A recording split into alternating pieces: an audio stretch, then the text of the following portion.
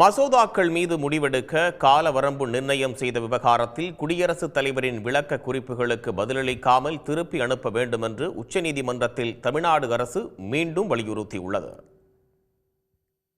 துணை வேந்தர்களை மாநில அரசை நியமனம் செய்யும் சட்ட மசோதாவிற்கு உச்சநீதிமன்றம் அனுமதி அளித்த நிலையில் அந்த சட்டப்பிரிவிற்கு சென்னை உயர்நீதிமன்றம் இடைக்கால தடை விதித்துள்ளது.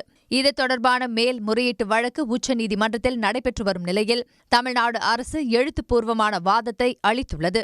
அதில் அரசியல் சாசன அமைப்பின் பிரிவு 143 பயன்படுத்தி ஏற்கனவே உச்சநீதிமன்றம் முடிவு செய்த விவகாரத்தை மீண்டும் எழுப்ப முடியாது என்று தெரிவிக்கப்பட்டுள்ளது. குறிப்பாக அரசியல் சாசன பிரிவு 141 பயன்படுத்தி இறுதி செய்யப்பட்ட ஒரு விவகாரத்தை மறுசீராய்வு செய்தல் அல்லது குடியரசுத் தலைவர் விளக்கம் கோரல் என்ற அடிப்படையில் மீண்டும் அந்த முடிவை மாற்ற முடியாது என்றும் தமிழ்நாடு அரசு தெரிவித்துள்ளது. கடந்த காலங்களில் காவிரி நீர் பங்கீடு தொடர்பான விவகாரத்தில் இதேபோன்று கேள்வி எழுப்பப்பட்ட போது அதை உச்சநீதிமன்றம் நிராகரித்ததை தமிழ்நாடு அரசு சுட்டிக்காட்டியுள்ளது.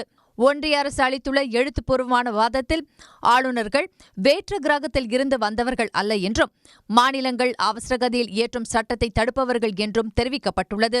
ஆளுநருக்கும் குடியரசுத் தலைவருக்கும் காலக்கெடு நிர்ணயம் செய்வது சட்டத்தை திருத்துவதற்கு சமம் என்றும் ஒன்றிய அரசு தெரிவித்துள்ளது.